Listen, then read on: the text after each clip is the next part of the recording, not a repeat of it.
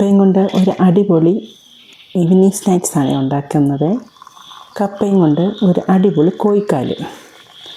അപ്പോൾ നമുക്ക് വീഡിയോയിലേക്ക് പോകാം. കുട്ടീസ് ഫാമിലിയുടെ പുതിയൊരു വീഡിയോയിലേക്ക് എൻ്റെ എല്ലാ കൂട്ടുകാർക്കും സ്വാഗതം.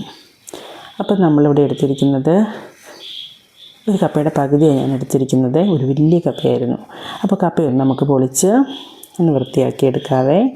കപ്പയും കൊണ്ട് ഈ തലശ്ശേരി ഭാഗത്തൊക്കെ ഉള്ള വളരെ ഫേമസ് ആയിട്ടുള്ള ഒരു സ്നാക്സാണ് നമ്മളിന്ന് ഉണ്ടാക്കാൻ പോകുന്നത്. കപ്പയും കൊണ്ട് കോഴിക്കാല്. എൻ്റെ പേരാണ് കപ്പയും കൊണ്ടുള്ള കോഴിക്കാല്.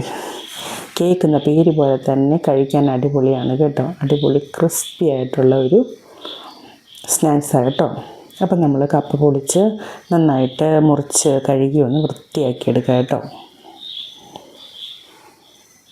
കപ്പയിലിരിക്കുന്ന മണ്ണൊക്കെ ഉണ്ടല്ലോ, അതൊക്കെ ഒന്ന് കഴുകി കൊണ്ടുവന്നിട്ട് നമുക്കൊന്ന് മുറിച്ച് അരിഞ്ഞെടുക്കാം. അപ്പോൾ കപ്പ കഴുകി നല്ലപോലെ ഞാൻ കഴുകി കൊണ്ടുവന്നിട്ടുണ്ട്. ഇതിനൊന്ന് പൊളന്ന് നമുക്കത് ചെറുതായിട്ടൊന്ന് കീറി നീളത്തിൽ നമുക്കൊന്ന് അരിഞ്ഞെടുക്കാം.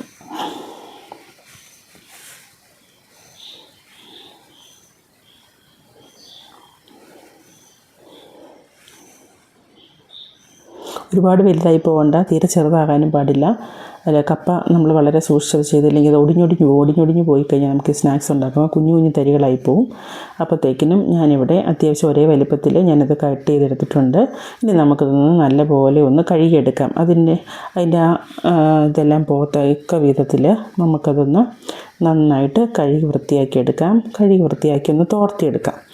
അപ്പോൾ നമ്മളിവിടെ കഴുകി വൃത്തിയാക്കി തോർത്തിയെടുത്ത കപ്പയിലേക്ക് നമുക്ക് ഒരു 4 തുടം വെളുത്തുള്ളി ചതച്ചതും, പിന്നെ ഒരു പകുതി ഇഞ്ചി, ഒരു ചെറിയ കഷ്ണം ഇഞ്ചി അരിഞ്ഞതും, ഒരു 3 പച്ചമുളക് ചെറുതായിട്ട് അരിഞ്ഞതും, പിന്നെ നമുക്ക് വേണ്ടത് ഒരു 2 സ്പൂൺ കാശ്മീരി മുളക് പൊടി, ഒരു 1/4 ടീസ്പൂൺ അളവിൽ മഞ്ഞൾപ്പൊടി, പിന്നെ 1 ടീസ്പൂൺ മസാലപ്പൊടി, പിന്നെ 1 ടീസ്പൂൺ ഗരം മസാലപ്പൊടി, പിന്നെ 1 ടീസ്പൂൺ ചെറിയ ജീരകം.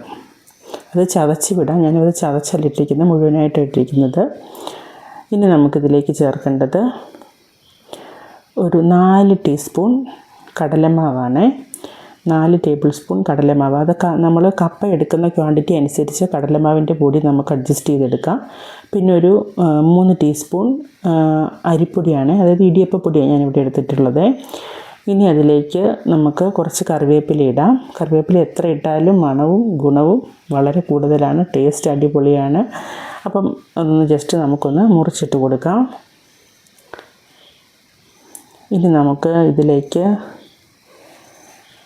കായപ്പൊടിയാണ് ചേർക്കാനുള്ളത് കേട്ടോ. ഇത്തിരി കായപ്പൊടിയും കൂടെ ചേർക്കുക. ഏകദേശം ഒരു ടീസ്പൂൺ ഇല്ല, ഒരു 3/4 ടീസ്പൂണും കായപ്പൊടി ഞാനിവിടെ ചേർത്തിട്ടുണ്ട്. ഇനി നമുക്ക് പാകത്തിന് ഉപ്പൂടെ ചേർക്കാം. ഉപ്പൂടെ ചേർത്ത് നന്നായിട്ട്, പിന്നെ ഇതിലേക്ക് ഒരു കാര്യം കൂടി ഉണ്ട്, ഞാനൊരു കാര്യം കൂടെ ചേർത്തു. കുരുമുളക് പൊടി, നമ്മൾ കാശ്മീരി മുളക് പൊടിയൊക്കെ ഇട്ടെങ്കിലും ഒരിത്തിരി കുരുമുളക് പൊടിയും കൂടെ ചേർത്ത് നമുക്കിതൊന്ന് ജസ്റ്റ് കൈ കൊണ്ട് മിക്സ് ചെയ്തെടുക്കാം. അപ്പം ഞാനെടുത്ത പാത്രത്തിൽ മിക്സ് ചെയ്യാൻ ഇച്ചിരി പാടായതുകൊണ്ട് ഞാനൊരു വേറൊരു ബേസൺ പോലെ പാത്രത്തിലേക്ക് ഇളക്കുമ്പം കപ്പ ഒടിഞ്ഞു പോകും. അതുകൊണ്ട് വേറൊരു പാത്രത്തിലേക്ക് ഞാനത് മാറ്റി കേട്ടോ.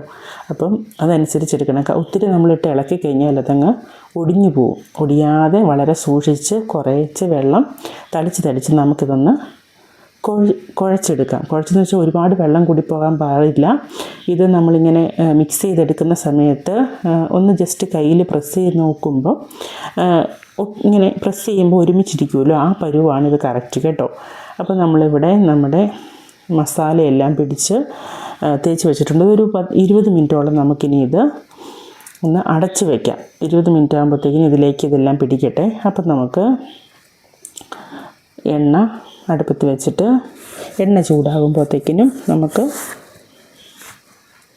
നമ്മുടെ കപ്പ കോഴിക്കാല് ഒന്ന് പിടിച്ചിടാം. ഇങ്ങനെ, അതായത് ഒരു പിടി എടുത്തിട്ട് അളവൊന്നും നോക്കണ്ട, കയറി ഇറങ്ങി അതൊന്നും കുഴപ്പമില്ല. അതിൻ്റെ ഷേപ്പ് എടുത്തിട്ട് ജസ്റ്റ് അതിൻ്റെ നടുഭാഗം കൊണ്ടൊന്ന് പ്രസ് ചെയ്ത് കൊടുക്കണം. ഇതിപ്പം കണക്ക് പാകമാണ്. മാവെല്ലാം കണക്കിനായിരിക്കുന്നത്. ഇനി അഥവാ ഇച്ചിരി വെള്ളം കൂടിപ്പോയാൽ നിങ്ങൾ ഇത്തിരി കടലമാവിട്ട് അതൊന്ന് കറക്റ്റ് ചെയ്താൽ മതി. അപ്പോൾ നമുക്ക് ഇങ്ങനെ പിടിക്കാനുള്ളൊരിത് കിട്ടും. അങ്ങനെ പ്രസ് ചെയ്ത് വരുമ്പോൾ കണക്കിനാണ്. അപ്പം നമ്മുടെ കോഴിക്കാലിവിടെ റെഡി ആയിട്ടുണ്ട്. കോഴിക്കാലും കട്ടൻ ചായയും അടിപൊളി സ്നാക്സ് ആകട്ടെ. സോസും കൂടെ മുക്കി തിന്നാൻ വളരെ സൂപ്പർ. എല്ലാവരും ഉണ്ടാക്കി നോക്കണേ.